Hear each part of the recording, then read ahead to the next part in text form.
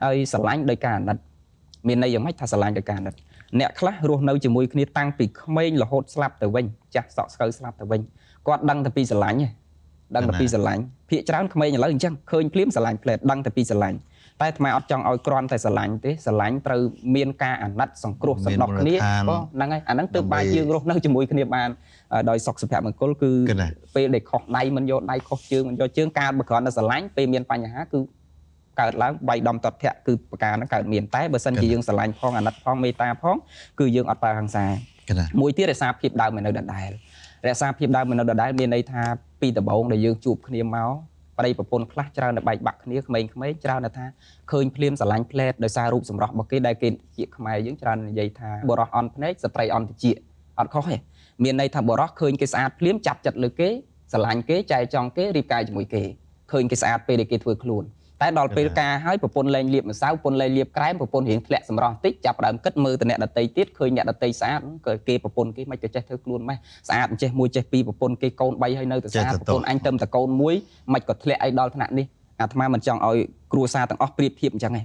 មានន័យថាបើចង់រស់នៅជាមួយគ្នាគឺគន្លឹះចុងក្រោយបំផុតមកនិយាយថាត្រូវគិតថាស្វាមីខ្លួនឯងប្រៀបហាក់បីដូចជាទេវបុត្រប្រពន្ធខ្លួនឯងប្រៀបហាក់បីដូចជាទេពធីតាមានន័យថាឲ្យតម្លៃគ្នាឲ្យតាំងចិត្តតែគ្មានណាល្អជាងប្រពន្ធខ្ញុំមានណាជាល្អជាងប្តីខ្ញុំទោះបីជាអ្នកដតីល្អក៏ដោយតែយើងត្រូវឲ្យតម្លៃប្រពន្ធកូនយើងល្អជាងអ្វីៗទាំងអស់អាហ្នឹងបានយើងអាចរស់នៅជាមួយគ្នាបានហើយមួយទៀតគឺកុំទាមទារយុត្តិធម៌ក្នុងសង្គមក្រុមគ្រួសារមានន័យថាអ្នកខ្លះប្តីប្រពន្ធយើងក្មេងៗឥឡូវការក្មេងៗអញ្ចឹងឲ្យតែមានបញ្ហាឲ្យឆ្លោះគ្ន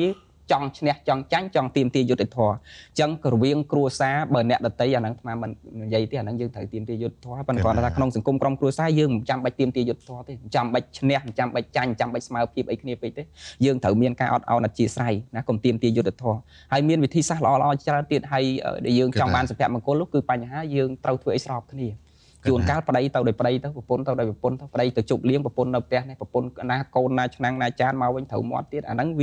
មិនអាចរស់នៅជាមួយគ្នាបានអញ្ចឹងបើទៅដើរលេងពេលទំនេរទៅដើរលេងត្រូវទៅជាមួយគ្នាទៅណាត្រូវទៅជាមួយគ្នាឲ្យវាស្របគ្នាធ្វើអីវាស្របឆន្ទៈជាមួយគ្នាអាហ្នឹងបានអាចរស់នៅជាមួយគ្នាបានព្រោះពេលវេលាយើងមានកំណត់មកសូមបញ្ជាក់ខ្លីត្រង់ចំណុចប៉ុណ្ណឹងសិនសាធុត្រង់នេះសូមឲ្យពុទ្ធបរិស័ទបានជ្រាបឲ្យគុណមែនគុណចាស់ហ្នឹងធ្លាប់ឆ្លងកាត់គ្រួសារទេគុណចាស់នេះឆ្លងកាត់ការសិក្សាស្វែងយល់ពីជីវិតរស់នៅប្រចាំថ្ងៃនឹងក៏ជានៅក្នុងនោះព្រះសម្មាសម្ពុទ្ធព្រះអង្គទ្រង់សម្ដែងពីមង្គលក្នុងការមង្គល38នឹងដែរតេតងក្នុងការសង្គ្រោះស្វាមីភរិយានឹងដែរអញ្ចឹងបានដើម្បីឲ្យមានសុភមង្គលហ្នឹងគឺមានការសង្គ្រោះគ្នាទៅវិញទៅមកប្រហែលយ៉ាង5 6យ៉ាង5យ៉ាងគណៈចាស់កញ្ចាស់មានសង្កេតការឲ្យថាកុំឲ្យធ្វើជាបរោះភ្នែកខ្វាក់ស្ត្រីត្រចៀកថ្លង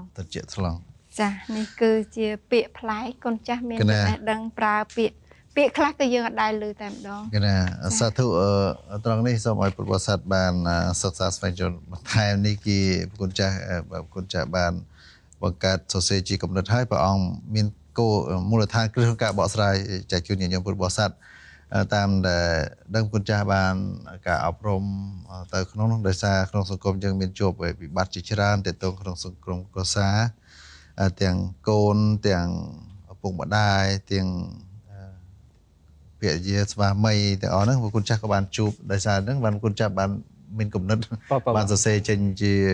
គំនិតចេញមកហើយពិសោធន៍នៅក្នុងសង្គមកូនចាស់ក៏បានសិក្សាច្រើនហើយការសិក្សានៅពុទ្ធវចនៈក៏កូនចាស់បានសិក្សាច្រើនអ្វីដែលកូនចាស់លើកមកនេះគឺគោលដៅសំខាន់ហ្នឹងគឺមានការសិក្សាពីពុទ្ធវចនៈព្រះពុទ្ធដីការបស់ព្រះដ៏មានព្រះភិក្ខដូច្នេះ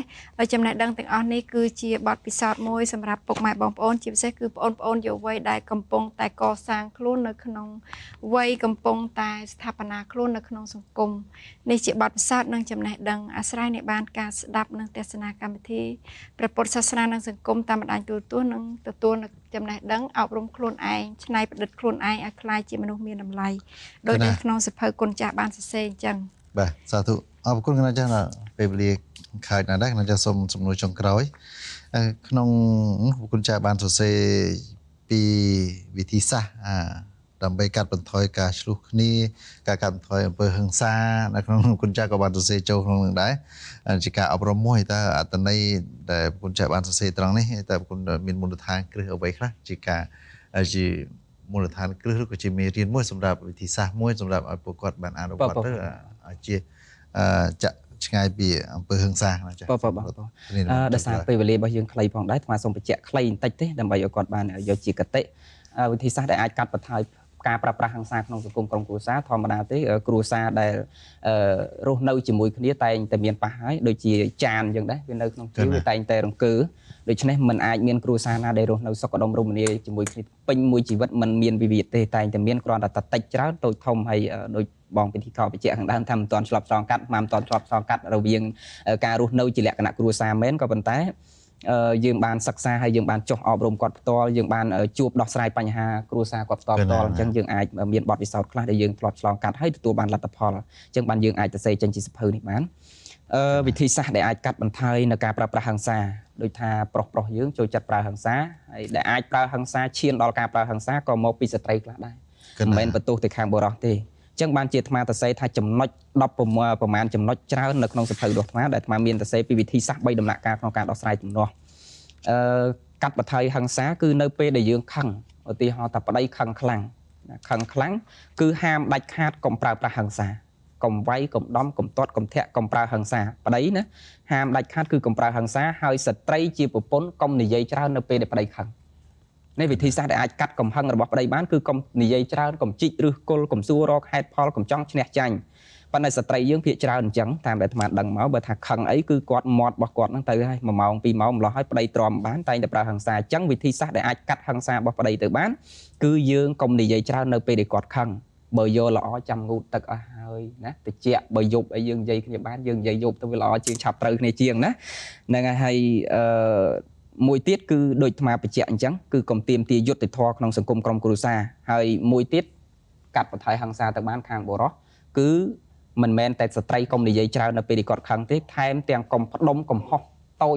ទុកនៅក្នុងខ្លួនច្រើនពេកគ្រួសារខ្លះគាត់មានបញ្ហាកើតឡើងគឺគាត់អត់ព្រមដោះស្រាយបញ្ហាទេគាត់ផ្ដុំបញ្ហានឹងមើលបំណាំរបស់ប្រពន្ធឬមើលបំណាំរបស់ប្តីខុសម្ដងពីរដងគាត់អត់និយាយគាត់យកមកទុកក្នុងចិត្តដល់តែទុកយូរផ្ដុំយូរដូចភ្លើងអញ្ចឹងណាវាឆេះតូចវាអត់អីទេដល់ពេលផ្ដុំមួយងើកនឹងវាកាន់តែច្រើនទៅផ្ទុះឡើងអញ្ចឹងមិនឲ្យផ្ដុំអញ្ចឹងទេសភៅរបស់អាត្មាគឺអាត្មាឲ្យមានបញ្ហាអីយើងដោះស្រាយត្រីមុខទ្វេភាគីរវាងប្តីនិងប្រពន្ធដោះស្រាយតិចកុំចាំផ្ដុំកំហុសនឹងទុករហូតដល់ធំមានបញ្ហាធំបានយើងយកមកនិយាយគ្នាអាហ្នឹងវាពិបាកអញ្ចឹងមកសូមបញ្ជាក់ខ្លីដោយសារពេលវេលារបស់យើងមានខ្លីបងកណាសាធុសូមអរគុណណាគុណចាស់តែចំណុចទាំងប្រមាណដែលទូក្នុងខ្ញុំកណាបានដាក់ចូលប្រកេនគុណចាស់បានបកស្រាយចែកញាតិញោមពុទ្ធបរិស័ទបានសិក្សាបន្ថែមនៅក្នុងសៀវភៅនេះដែលគុណចាស់បានកសាងនិពន្ធរួចហើយបានបោះពុំចែកជាធម្មទាននៅពេលខាងមុខនេះចាតាមស្ដាប់សង្ឃដីកាមានសង្ឃដីកាពីខាងដើមមកគឺមានការប៉ុនឆ្លៀសមែនតែនក្នុងការបកស្រាយនិងសំណួរតាក់ទងនឹង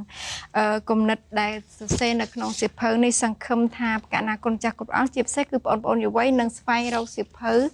ប្រើគំនិតច្នៃខ្លួនឯងឲ្យមានតម្លៃនេះទៅបាននៅលើដៃគ្រប់គ្នាដើម្បីសិក្សាចាស់នេះសូមប្រហែលជាគុណម្ចាស់នឹងមានការនឿយហត់ដោយសារតែថវិការបស់ពុំសៀវភៅនេះច្រើនមែនតើគុណចាស់ឲ្យមានតម្លៃថ្លៃមួយក្បាល$2គេយកតែ$1ទេ$1ទេអូ$1គុណចាស់$1ហើយ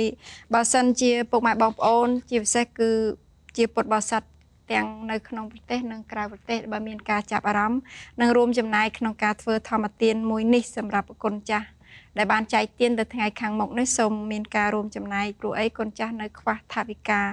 មួយចំនួនក្នុងការបោះពុម្ពសៀវភៅព្រោះថាបោះច្រើនដល់ទៅ15,000បានចាហើយគុណចាស់មានការចែកជាធម្មទានសម្រាប់បងប្អូនយុវវ័យក៏ដូចជាពុកម៉ែបងប្អូនដែលបាននិមន្តនិងអញ្ជើញមកក្នុងកម្មវិធីបុណ្យនឹងបានទទួលចាបាទ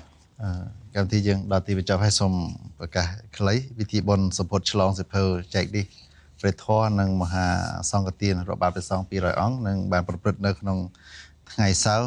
7រោចខែពិសាខឆ្នាំមមែសប្បស័កពុទ្ធសករាជ2558ត្រូវនឹង2559ត្រូវនឹងថ្ងៃទី9ខែឧសភាឆ្នាំ2015ខាងមុខ